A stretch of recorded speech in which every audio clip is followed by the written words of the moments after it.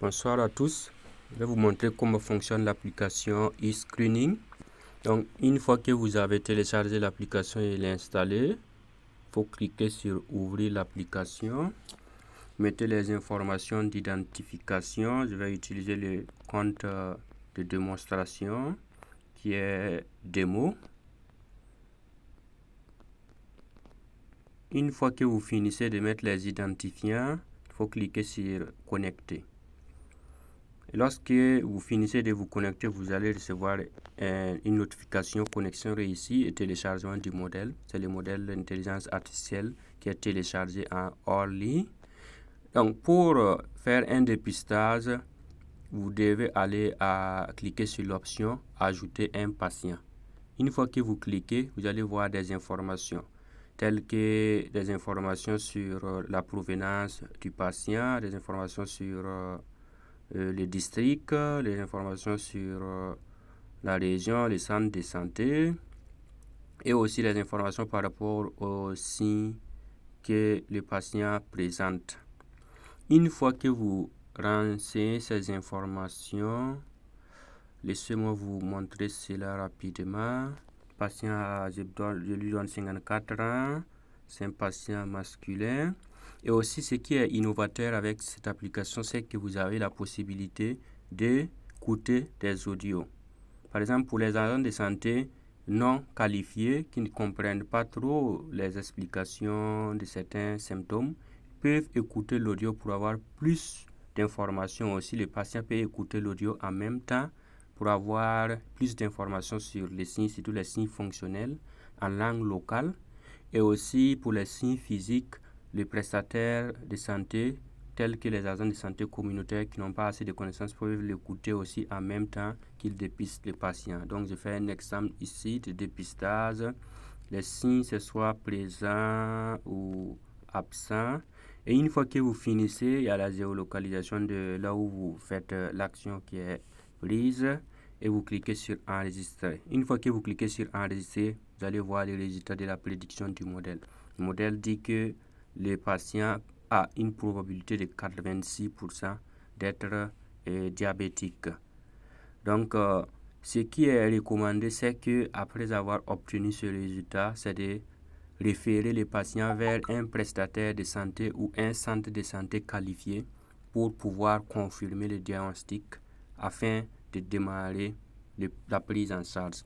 L'objectif de cette application, ce n'est pas de confirmer à 100% le diabète, mais c'est de faire une recherche active en communauté des cas probables pour pouvoir les référer vers les centres de santé spécialisés pour une prise en charge rapide pour éviter les complications. Donc, je passe maintenant au niveau de la référence. Pour la référence, je pars par exemple au niveau de la liste des patients. Le patient qu'on vient de dépister, c'est ce patient. Je clique et je clique sur référer les patients. Une fois que je le réfère, je peux choisir le centre de santé. Ensuite, je mets par exemple confirmation du diagnostic. Et j'ajoute, le patient est référé. Une fois que le patient est référé, le médecin traitant spécialiste va recevoir la liste des patients référés et il va pouvoir faire cette confirmation. Mais il faut noter qu'avant de confirmer le diabète, comme les symptômes ont été évalués, ont été répertoriés par un agent de santé non qualifié qui ne maîtrise pas l'examen clinique, ce qui est recommandé, c'est que le médecin confirme les signes qui ont été présentés par le patient. Et une confrontation de ces signes sera faite avec les signes notifiés par le prestataire de santé tel que l'agent de santé communautaire pour pouvoir évaluer ses compétences, ses connaissances afin de prévoir un renforcement des capacités. Et aussi, il y a la confirmation du diabète qui est effectuée. Et aussi, avec cette application, on peut avoir un suivi des patients et aussi un tableau de bord rapide pour avoir le nombre de cas, les confirmations, les références, ainsi de suite. Et il faut noter aussi que cette application fonctionne en hors ligne. Et une fois que vous faites toutes ces actions et que vous voulez envoyer les données vers la plateforme, pour pouvoir avoir les tableaux de bord et aussi partager les données avec la partie nationale. Il vous suffit juste d'aller au niveau de la liste des patients et cliquer sur l'onglet synchroniser qui est la double flèche. Et une fois que vous cliquez, vous allez voir un message de réussite une fois que la synchronisation est finie. Ensuite, il y a d'autres options qui seront implémentées, mais actuellement, sont ces options qui sont actuellement présentes.